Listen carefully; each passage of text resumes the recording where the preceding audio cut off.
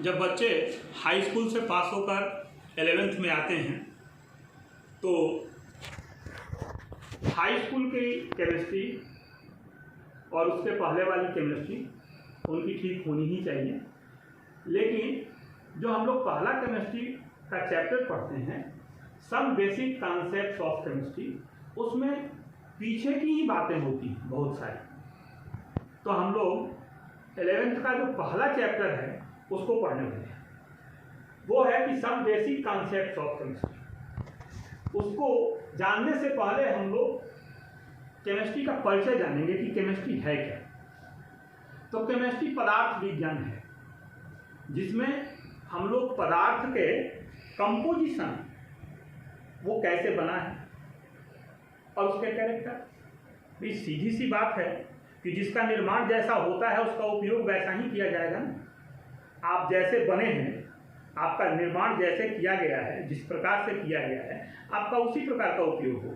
मेरा निर्माण हुआ है, मैंने केमिस्ट्री पढ़ी है, तो हमसे गड्ढा नहीं खोदवाया जा सकता है, मैं खोद नहीं पाऊंगा। और जिसने हिंदी पढ़ा है उनसे हम कहें कि वो केमिस्ट्री पढ़ा लें तो वो नहीं पढ़ा सकते हैं।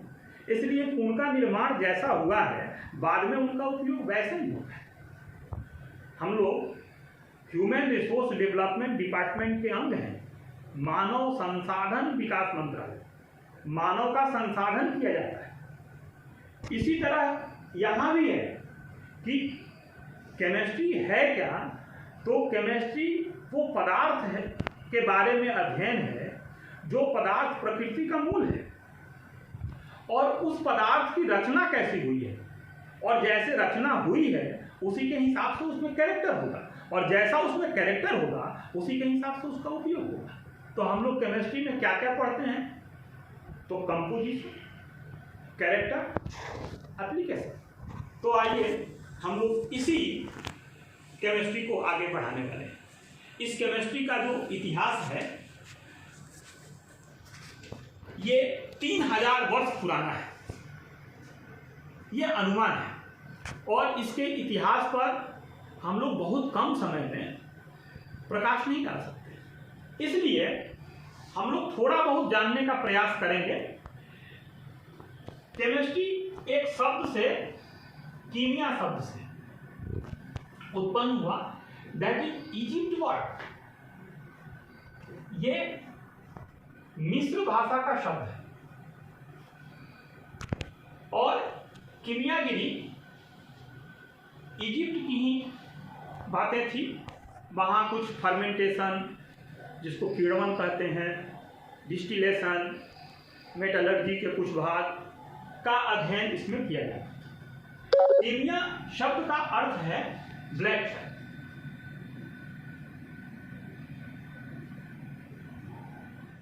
काली मिट्टी की कलाकृतियां थी, उसका भी अध्ययन इसमें किया जाता है। और ये बाद के दिनों में प्रयोगात्मक विज्ञान बन गया, जिसको आज हम लोग केमिस्ट्री के नाम से जानते हैं। इसके प्रारंभ के दिनों में बहुत सारे हाइपोथेसिस आए। इनमें भारत के, यूनान के दार्शनिकों का बड़ा महत्वपूर्ण योगदान है, जिसमें कणाद हैं, प्लूटो हैं, अरस्तु हैं। इन सब ने एक ही बात बताई कि पदार्थ जो है वो किन चीजों से मिलकर बना है। इस बात पर बहुत चर्चा की गई। बताया गया कि पदार्थ जिन भागों से मिलकर बना है वो है क्षिति, अर्थ, पृथ्वी, अर्थ, जल, vapour, water, power, air, Sameer, fire, आग, अग्नि, वायु, पृथ्वी और वाटर, इनसे मिलकर बना है। ये सबके विचार थे। अगर लकड़ी को जला दिया जाए, कंबस्शन करा दिया जाए और वो ग्रीन वुड हो, तो जलाया जाएगा तो फिर वो चार चीजों में बट जाएगा। उसका जो धुआं निकलेगा वो एयर होगा, उससे जो फ्लेम निकलेंगे वो आग होंगे, अग्नि होगा, जो उसका राख बचेगा वो पृथ्वी होगी, और उससे जो वाटर वेपर निकलेंगे, मॉइस्चर निकलेगा, वो वाटर होगा। तो ये जिससे बना है अंत में उसी में टूट जाएगा। सो इम्पोर्टेंट, हम लोग भी बात करेंगे कि ये जो 3000 वर्षों का इतिहास है इसको हम लोग बांटेंगे कैसे। तो इसको हम लोग 5 वर्गों में बांट करके समझ सकते हैं। ये पहला पीरियड है जिसको हम लोग एंशिएंट पीरियड कहते हैं। ये ईसा पूर्व और 2500-3000 से लेकर और 350 ईस्वी तक की बातें इसमें हैं। ये पुराना काल है जिसमें कॉन्सेप्ट आते रहे कि पदार्थ का निर्माण कैसे हुआ, इस पर भिन्न भिन्न प्रकार की बातें आती रही, इसके बारे में समझा जाता रहा। उसके बाद इजिप्टियन पीरियड है 350 से 1500 ईस्वी तक। ये पीरियड ये महत्वपूर्ण है। यहाँ पूरे केमिस्ट्री पर इजिप्ट वालों का अधिकार था, पूरे केमिस्ट्री पर। और केवल 2 बातें मिस्रवासियों ने खोजने का प्रयास किया। एक, मानव अमर कैसे हो जाए, और दूसरा, किसी भी चीज को सोना कैसे बना दिया जाए। तो वो कोई भी धातु को सोना बनाने के फेरे में रहते थे इजिप्टियन, और जो मानव पैदा हुआ वो मरे नहीं इसकी जुगाड़ बनाते थे। और इन दोनों बातों के खोज लगातार चलते रहे और उस काल को इजिप्टियन पीरियड के नाम से जाना जाता है। ये काल 350 से 1500 ईस्वी तक का था। उसके बाद आया आइट्रो केमिस्ट्री पीरियड। यह पीरियड भी अपने आप में महत्वपूर्ण था। इसमें केवल इस बात पर फोकस किया गया कि यदि मानव बीमार हो तो फिर ठीक कैसे हो सकता है। तो केवल मेडिसिनल रिसर्च हुए और मेडिसिनल खोजों के कारण इसको इलेक्ट्रोकेमिस्ट्री पीरियड के नाम से जाना जाता है। यह काल 1500 से 1650 ईस्वी तक का काल था। इसके बाद का काल जो था फ्लोजिस्टन पीरियड। फ्लोजिस्टन पीरियड, द फ्लोजिस्टन पीरियड जो था, फ्लोजिस्टन क्या था? तो किसी भी पदार्थ का यदि कंबस्शन किया जाए तो आफ्टर कंबस्शन जो अपशिष्ट मिलते हैं उस अपशिष्ट को फ्लोजिस्टन के नाम से जाना जाता है। और इस पीरियड में ये कंबस्शन थियरी का पीरियड था। किसी भी पदार्थ को जलाया गया उससे बना क्या, इस बारे में जानने को वैज्ञानिक आतुर थे। इसलिए इस पीरियड को फ्लोजिस्टन पीरियड के नाम से जाना जाता है। यह पीरियड 1650 से 1744 तक रहा, लेकिन 1744 के बाद मॉडर्न पीरियड का शुरुआत हुआ जिसमें हम सब जी रहे हैं, और केमिस्ट्री के दुनिया में क्रांति आई। और आज केमिस्ट्री सारे साइंस का सिरमौर है, जिसकी बात हम लोग करेंगे।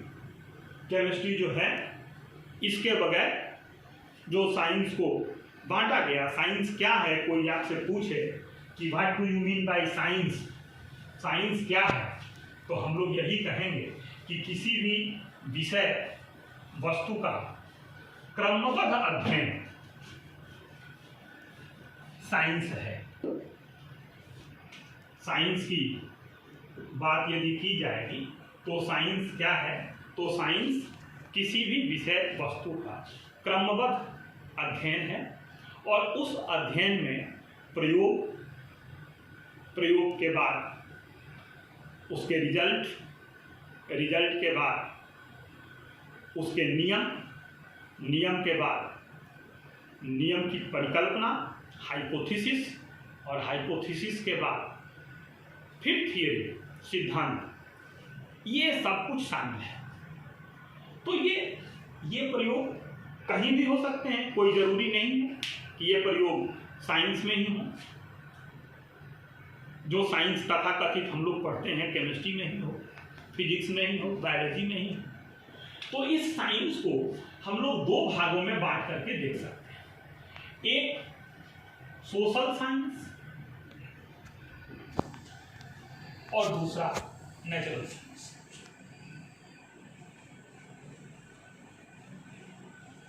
Natural science. अब नेचुरल साइंस जो है उसको अगर पदार्थ के जीवन के आधार पर बात की जाए तो एक पदार्थ जिंदा होता है और दूसरा पदार्थ मृत होता है। तो मृत पदार्थ का जहां अध्ययन किया जाएगा उसको बोलेंगे हम लोग फिजिक्स। इसमें मृत पदार्थों में गति का अध्ययन होता है, जैसे पंखा है, मरा हुआ है, चलता है, ट्रेनें हैं, चलती हैं, बसें हैं, चलती हैं। बच्चों से पूछा जाता है कि सजीव किसे कहते हैं, तो बताते हैं कि सजीव जो चलते हैं उन्हें सजीव कहते हैं। जब उनसे पूछा जाता है कि कहो भाई पंखा तो चलता है लेकिन सजीव नहीं है, ट्रेनें तो चलती हैं तो सजीव नहीं है, तो फिर वो सोचने के लिए मजबूर हो जाते हैं कि सजीव कौन है। मैं उस पर बात करूंगा। एक दूसरा है बायोलॉजी। ये लाइफ साइंस है, दैट इज लाइफ साइंस। ये जीवन का विज्ञान है।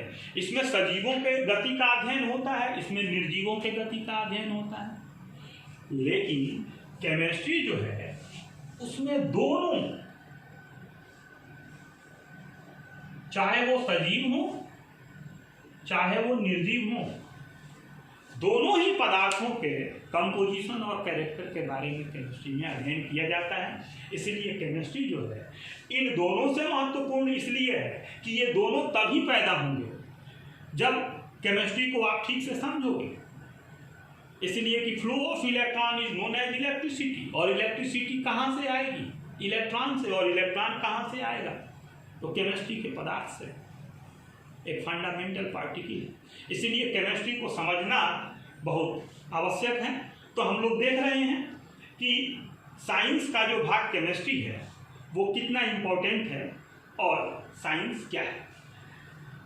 साइंटिफिक टर्म के बारे में हम बता रहे थे आपको, और उस टर्म में हमने बताया था कि यदि आपको साइंस पढ़ना होगा तो क्या क्या जानना होगा। तो जानना होगा एक्सपेरिमेंट। एक्सपेरिमेंट जब करेंगे तो उससे निकलेगा रिजल्ट, और जब रिजल्ट बार बार निकालेंगे किसी एक्सपेरिमेंट से तो उससे पैदा होगा फिर नियम, लाभ। और फिर जब एक्सपेरिमेंट आप करेंगे और रिजल्ट पैदा होगा तो उसकी व्याख्या की जाएगी, और उस व्याख्या को बोलेंगे हाइपोथेसिस। और उस हाइपोथेसिस का सत्यापन होगा बार बार प्रयोग करके, और जो हाइपोथेसिस प्राप्त हो गया उसका सत्यापन किया जाएगा तो उसको बोलेंगे थियरी। और फिर जब थियरी प्राप्त होगा तो फिर नए एक्सपेरिमेंट शुरू होंगे। ये साइंटिफिक प्रक्रिया है। एक्सपेरिमेंट इसको हिंदी में कहते हैं, एक्सपेरिमेंट को प्रयोग, रिजल्ट, परिणाम, लाभ, नियम, हाइपोथेसिस, परिकल्पना एंड थियरी, सिद्धांत,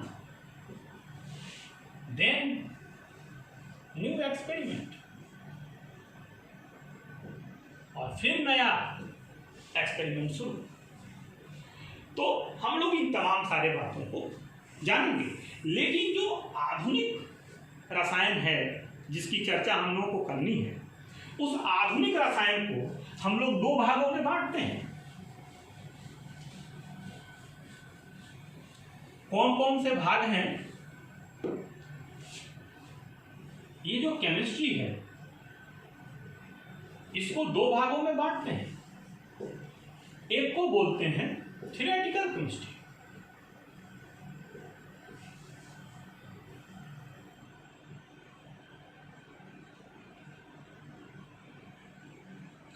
और दूसरे को बोलते हैं एप्लाइड केमिस्ट्री।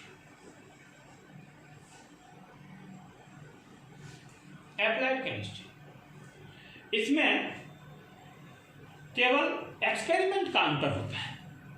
लेकिन इस केमिस्ट्री को इतने बांटने से काम नहीं चलना है, तो इसको हम लोगों ने अपने सुविधा के लिए 4 भागों में बांट रखा है। एक को बोलते हैं ऑर्गेनिक,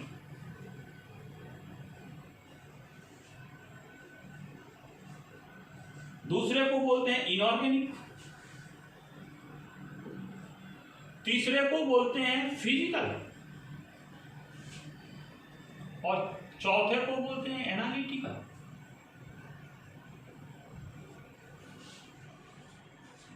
एनालिटिकल ऑर्गेनिक को हम लोग जानते हैं। ऑर्गेनिक क्या है? तो कार्बन और कार्बन से बने यौगिकों का अध्ययन होता है, जिसमें कार्बन की वैलेंसी 4 होती है।